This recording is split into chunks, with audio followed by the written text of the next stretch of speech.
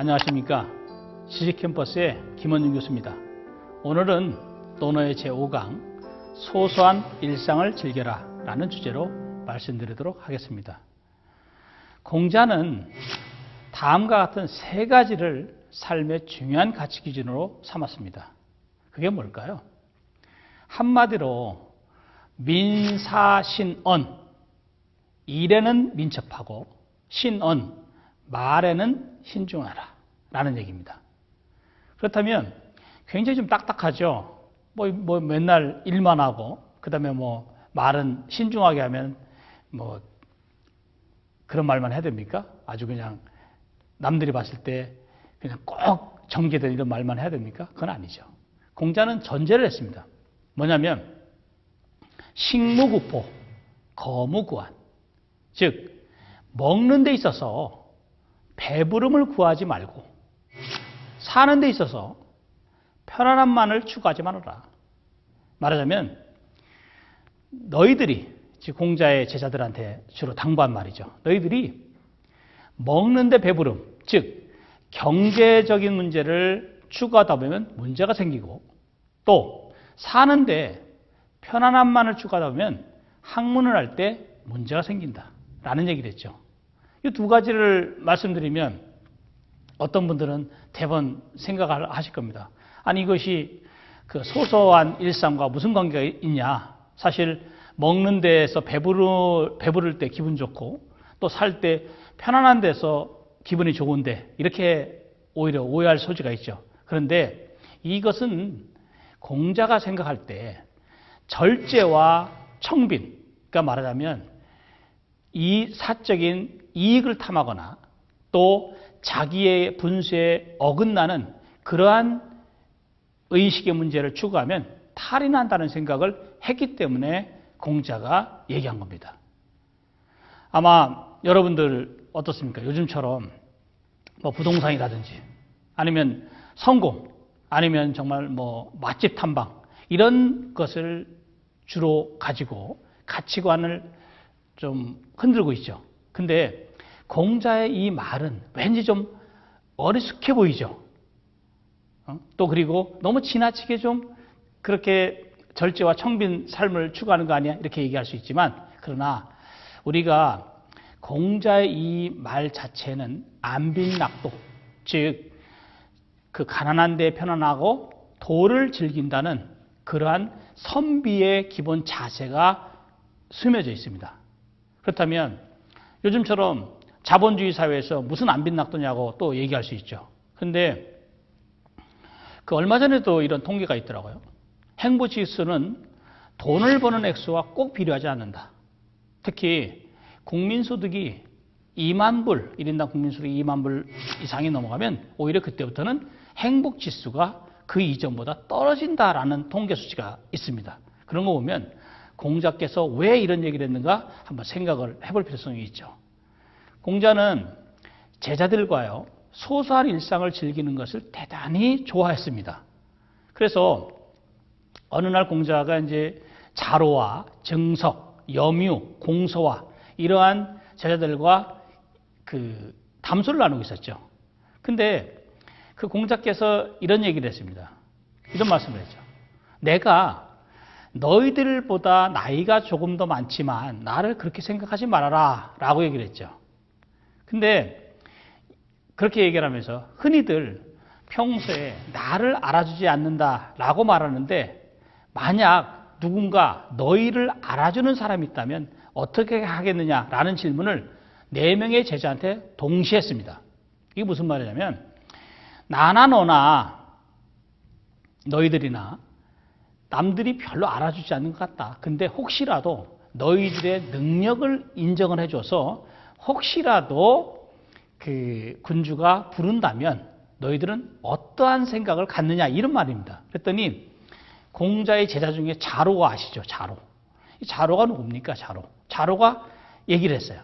뭐라고 했냐면 천승의 나라, 즉 천대수를 낼 수 있는 제후국이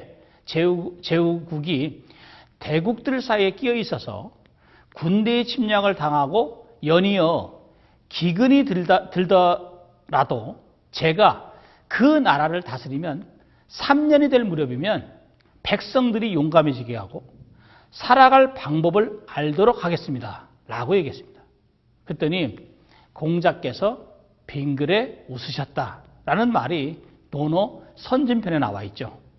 이 구절은요, 왜 유명하냐면 공자의 생각은요, 자로와 정석과 염유와 공서와 그냥 담소하면서 정치적인 것보다는 일상에서 즐거움을 찾으려고 했던 건데, 자로가 정말 경솔하게 이렇게 얘기하니까 공자는 멋쩍어서 웃은 거예요.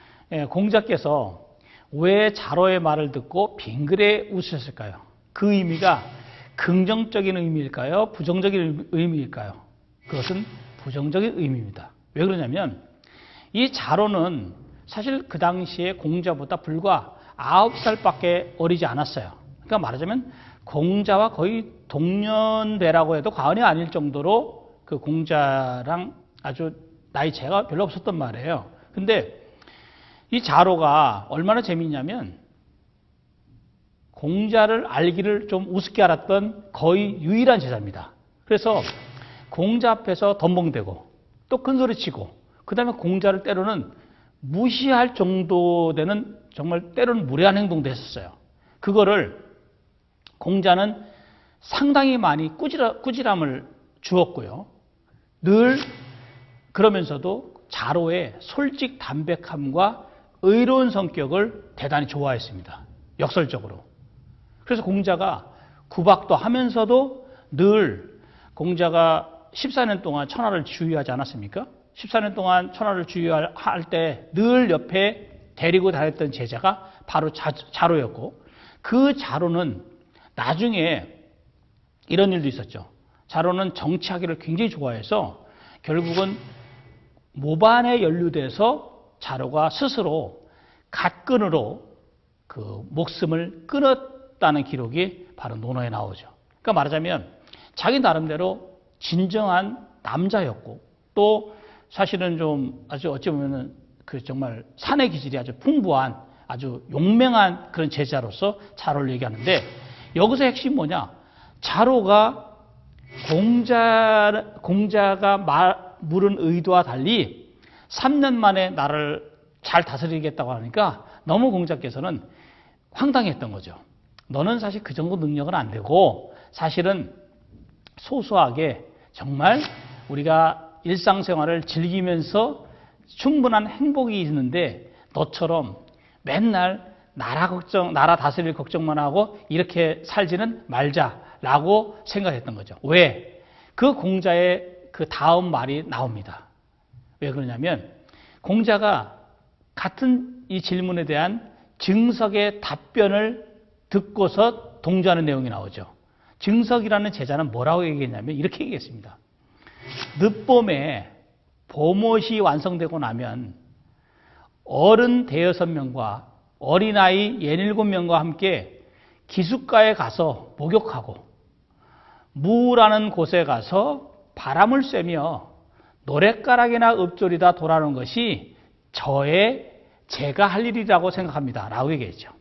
그랬더니 아까 자로의 말에서는 쓴웃음을 지었던 공자께서 그 증석의 이 말을 듣고는 감탄하면서 그래, 나는 바로 증석과 함께 하겠다고 얘기를 했죠. 이 말은 무슨 의미죠? 공자의 삶 자체가 14년 동안 중원을 떠돌아다니면서 정치도 구했고 왕들과 제후들과 많은 이야기도 나눴지만 결국은 일상의 행복은 이러한 정말 그 기슭가에 가서 냇가 가서 목욕하고 그 다음에 그런 누각 같은 데 이런 데 가서 그냥 바람 쐬면서 또 노랫가락이나 읊조리고 이런 데서 오히려 진정한 행복이 있다고 이렇게 본 거죠. 그렇게 본다면 우리 이런 생각을 합니다.